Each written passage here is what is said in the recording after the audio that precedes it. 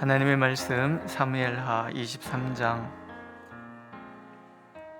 1절에서 7절까지 한 절씩 교독하겠습니다. 이는 다윗의 마지막 말이라.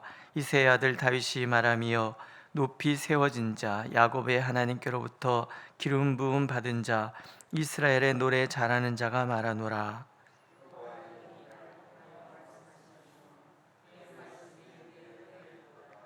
이스라엘의 하나님이 말씀하시며 이스라엘의 반석이 내게 이르시기를, 사람을 공의로 다스리는 자, 하나님을 경외함으로 다스리는 자여,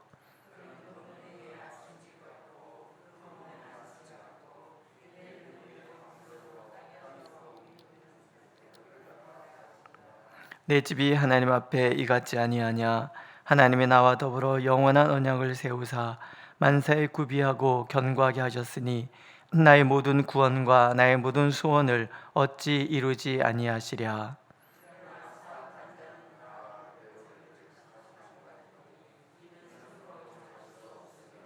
그것들을 만지는 자는 철과 창자루를 가져야 하리니 그것들이 당장에 불살리리로다 하니라. 아멘. 다윗의 삶을 한마디로 얘기하면 언약에 기초한 삶, 이렇게 얘기할 수 있습니다. 그걸 다른 말로 은혜의 삶이다 얘기합니다. 그러니까 다윗이 하나님 앞에 완벽한 어떤 조건을 갖추고 있고 하나님이 요구하시는 그 율법의 기준을 정확하게 지켜가는 그런 사람이어서 하나님이 사랑하시는 것이 아니라 하나님께서 일방적으로 베풀어 주시는 사랑 가운데에 그가 머무는 사람이었다 하는 거예요. 그러니까 하나님의 사랑을 깊이 알기 때문에 그는 그의 모든 삶이 경직되지 않았습니다. 자유롭고, 그래서 하나님을 사랑하기 때문에, 하나님이 나를 사랑하신다는 것을 알기 때문에 그 하나님 사랑 안에서 마음껏 살았던, 행동했던 그런 삶, 자유인, 이렇게 얘기할 수 있죠. 자유인, 사랑하기 때문에. 자녀들을 키우시면서 그런 생각하셨는지 모르겠습니다. 저는 이렇게 아이들이 아빠를 이렇게 바라보는데 이게 경직돼서 눈치 보고 언제 혼날지 몰라서 조심스럽고 그러면은 굉장히 불편했을 것 같아요. 아빠가 사랑하는 걸 알기 때문에 그냥 아빠가 있으면 너무 좋고, 그래서 아빠를 믿고 아빠가 나를 전적으로 지지해 줄 걸 알기 때문에 마음껏 담대하게 그렇게 행동하는 아이들, 그 아이들을 바라보는 아빠의 마음이 훨씬 기쁘다라는 거죠. 율법주의라는 것은 끊임없이 하나님의 눈치를 보는 거예요. 하나님의 눈치를 보면서 내가 잘못하면 혼날까 봐 경직되고 눈치 보고, 하나님은 그런 것을 원하시는 게 아니라 은혜, 언약에 기초한 삶이라는 것은, 그래서 하나님이 나를 사랑하시고 나를 기뻐하신다는 것을 알기 때문에 그 안에서 마음껏, 설령 실수했을 때조차도 혼날 때 혼날 값에 그래도 하나님 나를 사랑하신다, 이걸 결코 잊지 않는 삶을 살아가는 것, 그것이 은혜의 삶, 언약에 기초한 삶이다, 이렇게 정의를 내릴 수 있다는 것입니다. 다윗이 그런 사람이었어요. 그래서 다윗은 그 평생의 삶을 하나님 앞에서 살아가는 거예요. 하나님의 그 인도하심 속에 스스로가 살아가고 있다는 것을 아는 사람이라는 거예요. 오늘 시는 다윗의 마지막 말이라. 다윗이 그 생의 마지막에 이르러서 자신의 평생의 삶을 돌아보면서 하나님 앞에 드린 그런 시다, 이렇게 볼 수 있습니다. 거기에 다윗은 자기 자신이 어떤 사람인지에 대해서 이렇게 얘기를 합니다. 높이 세워진 자, 기름 부음을 받은 자, 노래 잘하는 자. 뭐 다른 얘기가 없어요. 하나님께서 나를 높여주셨습니다. 하나님께서 저를 왕을 삼아 주셨습니다. 하나님께서 저를 노래 잘하게 만들어 주셨습니다. 굉장히 평범한 이야기. 근데 그 안에 사실은 다윗의 하나님을 향한 깊은 사랑이 담겨져 있는 거예요. 높이 세워진 자, 이스라엘 중에서 가장 높은 사람이잖아요. 왕이 되었습니다. 베들레헴 시골에 양 몇 마리 키우는 그런 목동, 막내로 태어나서 뭐 그렇게 별로 대접받지 않고 그렇게 살아가는 그런 별 볼 일 없는 그의 삶이었는데 하나님을 만났어요. 하나님이 찾아오셨어요. 하나님께서 세워주시는 거예요. 유력한 이스라엘의 많은 집안에 참으로 준수하고 뛰어난 많은 사람이 있는데 보잘것없는 나를 하나님이 사랑하셔서 높여주셨다. 어떤 분이 그런 얘기를 해요. 저는 하나님을 만나서 내 인생이 참 찬란했습니다. 하나님 때문에 저는 빛나는 삶을 살았습니다.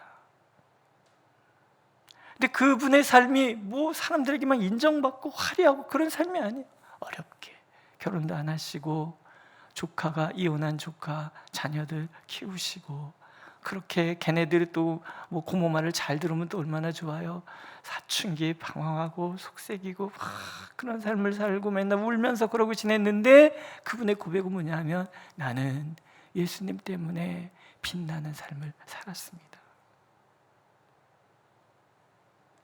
내가 아무것도 아닌 사람인데 하나님을 만났기 때문에 내 삶이 의미가 있고 내 삶이 참으로 존귀하고, 그래서 그 누구에게도 굴하지 않는 참 멋진 삶, 나 참 귀한 삶을 살았어, 이렇게 고백하는 사람, 그게 지금 다윗이었다라는 거예요. 하나님께서 나를 높이 세워주셨습니다. 또 기름 부음 받은 자라는 것은 하나님께서 나를 택하셔서 사명을 주셨습니다, 그런 뜻이에요. 내가 하고 싶어서 일을 하는 것이 아니라 하나님이 주셨다. 하나님이 세워주신, 하나님이 왕으로 기름 부음을, 하나님이 기름 부어 세우셨기 때문에 다윗의 삶을 다윗은 돌아보는데 하나님이 세우신 사람은 하나님이 책임져 주신다.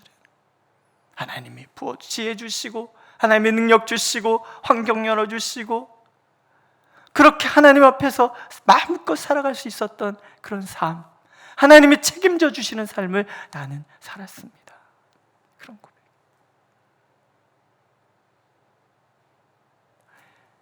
목사는요, 걱정이 많아요. 오늘도 새벽에 일찍 눈이 떠져서 혼자 코로나 이 사태를 지나가면서 우리 예원 참된 교회는 올바로 가고 있는가? 각자 코로나 이 사회적 거리두기를 잘 지키시느라고 또 예배도 이렇게 잘 참석하지 못하고 이러는데 각각 다 잘 살고 계신가? 확인할 방도는 없는데 잘 살고 계신가? 말씀은 제대로 묵상하고 계시며 기도들은 제대로 하고 계신가? 예배에 나오지 않으시는데, 이거 제가 어렸을 때 교회 전화 가서 갈 데가 없었고서 몇 달 빠진 적이 있었거든요. 그때 한두 주는 죄책감에 빠져 있다가 그 한 달 지나가니까는 자연스러워지고 한 3달째 되니까는 그냥 뭐 교회 가나 안 가나 별 차이가 없어 보이는구나, 이런 삶을 산 적이 있었거든요. 그러다가 죽을 것 같아서 다시 교회 나가긴 했는데, 뭐 신앙생활 1, 2년 하신 것도 아니고 끝나면 다 돌아오실 걸 알지만, 그러나 목사는 혼자 걱정하는 거예요.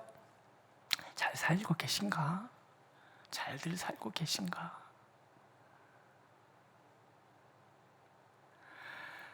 근데 믿는 구석이 뭐예요? 하나님 우리를 택하신 거예요. 내가 너를 지명하여 불렀나니 너희는 내 것이라. 그렇죠? 하나님께서 세워주셨고 하나님께서 그래서 책임져 주신다는 것을 알기 때문에 그 하나님 앞에서 마음껏 살아갔던 사람, 그분이 다윗이었다라는 거죠. 노래 잘하는 자, 다윗이 노래를 잘했던 것 같아요. 잘해서 잘하는 것보다는 자기의 재능이 뭔지를 알고 있었다라는 거예요. 내가 칼싸움 잘하는 사람, 이런 사람도 아니에요. 내가 전략적으로 아주 전술적인 지혜로 부장된 그런 전략가, 뭐 이런 얘기도 하지 않는가? 나 그냥 노래 잘하는 사람. 다윗은 그게 행복한 거예요. 하나님을 찬양할 수 있는 재능이 있다는 것만으로 너무너무 행복한 거예요. 가르침의 은사가 있으신 분들은 내게 가르칠 수 있는 거예요. 저는 피아노 주율사지만요, 피아노를 못 칩니다. 저한테 물어봐요. 저 피아노 주율사. 그래요? 피아노 잘 치시겠네요? 아니요, 못 칩니다. 혼자서 피아노 주율사 할 때 혼자 바이엘 다 연습하고요, 체르니 혼자 연습하다가 말았어요. 그냥 그 정도, 한 손으로 이렇게 멜로디 치는 정도.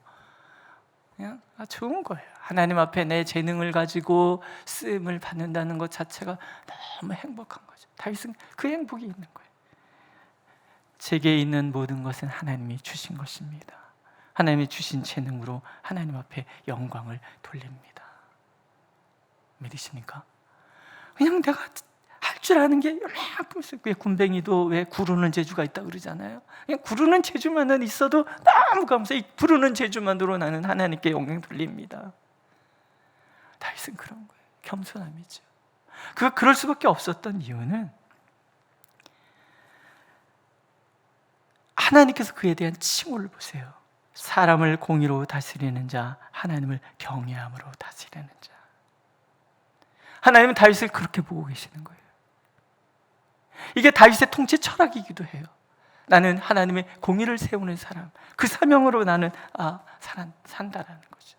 나는 하나님을 경외함으로 늘 하나님 앞에 살아가는 그런 사람인 거예요. 그는 그런 왕이 되기를 원했어요. 그러나 스스로도 자기 욕망을 이길 수 없는 그런 연약한 왕이기도 했단 말이죠. 이 호칭은 다윗의 갈망인 거예요. 하나님 나를 이렇게 불러주신다면, 그런데 그렇게 불러주기를 바라고 그렇게 살아가는 애쓰는 다윗을 바라보면서 하나님께서는 뭐라고 불러주냐면, 너는 공의를 행하는 자였다. 너는 평생 나를 경외하는 자였다. 이렇게 말씀하시고요. 그에 대한 얘기를 보세요.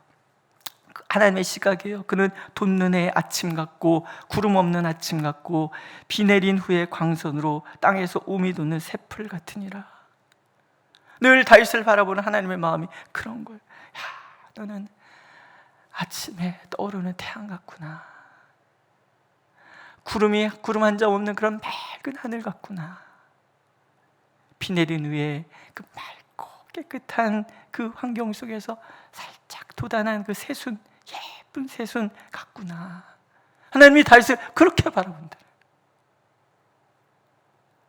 늘 하나님께서 자신을 바라보는 그 삶이 너무나 기뻤던 그런 사람. 그런 사람은 하나님께서 사랑하시잖아요. 5절에 보면 하나님이 나와 더불어 영원한 언약을 세우사 만세에 구비하고 견고하게 하셨으니 나의 모든 구원과 나의 소원을 어찌 이루지 아니하시랴. 하나님은 그런 다윗이 너무 좋아서 그런 다윗과 영원한 언약을 세우시고 모든 걸 다 준비해 주시고 모든 상황에 견고하게 하여 주시고 다윗을 모든 상황에서 구원해 주셨고 다윗의 모든 소원을 다 이루어 주셨다라는 거. 그럼 다윗은 도대체 어떻게 이런 사람이 되었을까? 그게 2절의 말씀. 하나님의 영이 나를 통하여 말씀하시며 그의 말씀이 내 혀에 있도다. 말씀이 하나님의 말씀을 그가 들은 그 순간에, 하나님의 말씀이 그의 심령을 울린 그 순간에 그의 모든 삶이 진동하는 거예요. 하나님을 만났을 때 우리의 인생은요 급격한 변화를 이룰 수밖에 없어요. 말씀은 좌우의 날선 검과 같다 그랬잖아요. 우리의 심령과 골수를 찔러 쪼갠다 그러는 거예요. 하나님의 사람들이 하나님의 사람이 될 수 있는 이유는 하나님의 말씀이 그 심령 가운데 침투해 들어와서 그의 삶을 송두리째 바꾸기 때문에 그런 거예요. 육신의 정욕에 따라 살아가던 그 익숙한 삶이 아니라 전혀 다른 삶, 그걸 우리는 소명의 삶, 그렇게 얘기를 해요. 하나님 앞에서 나의 사명이 무엇인지를 알고 그 사명을 감당하기 위하여 전심으로 뛰어드는 거예요. 익숙하지 않기 때문에 두려움도 있어요. 이 삶 끝에 어떤 결과가 있을지 알 수 없어요. 하지만 나를 사랑하시는 하나님, 나를 위하여 당신의 모든 것을 걸고 약속을 지키시겠다고 하시는 그 하나님 앞에 나를 맡기기 때문에 내 삶이 어떤 변화가 있고 내 삶 가운데 어떤 어려움이 찾아오고 나는 어떤 연약함에 부딪힐지 알 수 없지만 그러나 그 길을 가는 거예요. 주여, 제가 여기 있나이다. 나를 보내소서. 이 다짐과 이 감격 속에 살았기 때문에 그의 입에 하나님의 말씀이 있다. 예언자들이 그런 사람들이거든요. 하나님의 말씀을 맡은 사람, 제사장 나라로서의 왕으로서 하나님을 경외하고 하나님의 공의를 실천하고자 하는 그 왕으로서 하나님은 그 삶 가운데 하나님의 말씀을 주셨고 그 말씀에 사로잡혔기 때문에 그 삶은 이전과 전혀 다른 삶, 그러나 하나님과 동행했기 때문에 참으로 빛나고 아름다웠던 삶. 그러나 하나님을 만나지 못한 사람, 하나님의 말씀과 거리가 있는 사람들은 그렇지 않잖아요. 가시나무 같다 그러잖아요. 손도 댈 수 없어서 쇳덩어리 그런 걸로 만질 수밖에 없는 그런 사람. 철과 창자루를 가져야. 가시나무 그렇잖아요. 손에 가시 찔리니까. 뭐야? 아무 쓸데없는 사람. 오늘도 하나님께서 우리가 하나님의 공의 가운데, 하나님의 임재 가운데 하나님을 사랑해서 그분을 두려워하고, 그 두려움이 겁내서 두려워하는 것이 아니라 어떻게 하면 더 하나님을 사랑할 수 있을까에 대한 그런 마음에서 나오는 두려움. 주님을 더욱 사랑하기를 원합니다. 더욱 주님께 가까이 하기를 원합니다.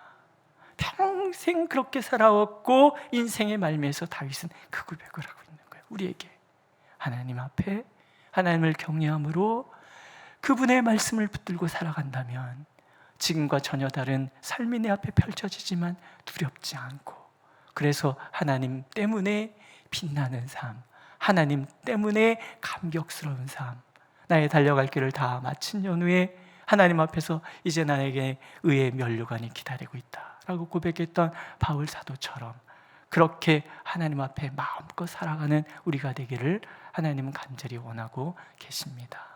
기도하겠습니다.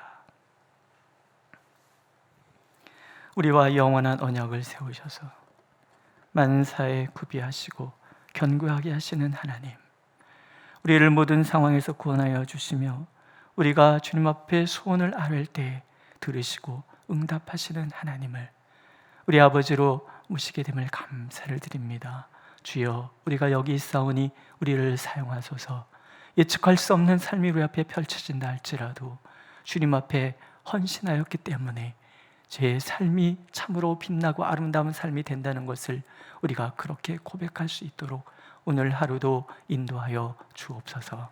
예수님의 이름으로 기도드렸습니다. 아멘.